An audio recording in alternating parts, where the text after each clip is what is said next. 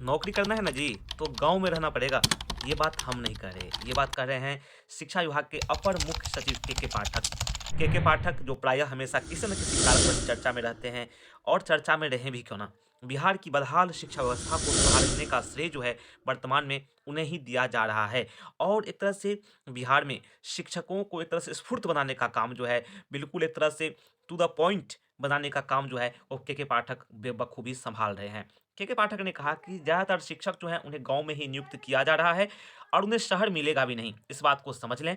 इसीलिए विशेषकर महिलाओं को अब स्वावलंबी बनना पड़ेगा।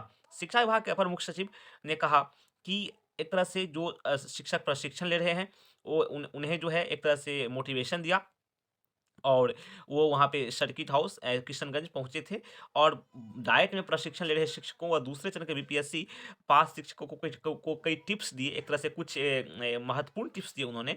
उन्होंने बीपीएससी पास नए शिक्षकों से पूछा कैसा लग रहा है पढ़ाने में? नए शिक्षक जो हैं आने से अब ग्रामीण क्षेत्रों के बच्चे भी स्कूल जाएँगे और उन्हें स्कूल में काफ़ी अच्छी शिक्षा व्यवस्था देखने को मिलेगी।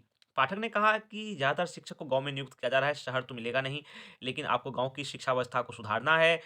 और दूसरी बात कि आप पब्लिक ट्रांसपोर्ट का इंतज़ार ना करें, बखूबी समझते हैं कि स आपको समय पर जाना है, आपको बिल्कुल सही से शिक्षा व्यवस्था की तस्वीर बदलनी है, तो आप आगे आएँ और एक तरह से कुछ अपने वाहन का इंतज़ाम कर लें, वही बेहतर है। उन्होंने कहा कि नियोजित शिक्षक काफ़ी अच्छा पढ़ा रहे हैं और इस दौरान जो है जब अपर मुख्य सचिव के पाठक जी वहाँ थे, तो वहाँ के डीएम वगैरह पदाधिकारी सभी साथ में थे।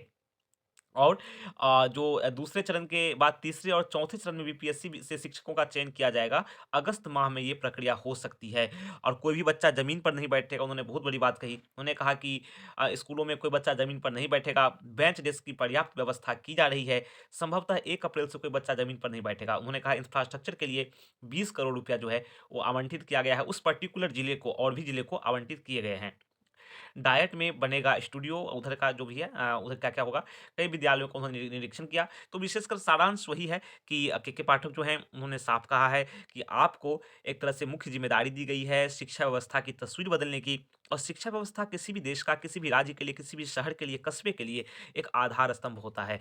तो इसे सुधारने की ज़िम्मेदारी जिन शिक्षकों को दी गई है, वो इसे बखूबी एक तरह से निभाएँ और शहर में जाने की अपेक्षा ना करें, गाँव में तन-मन से पढ़ाएँ। धन्यवाद।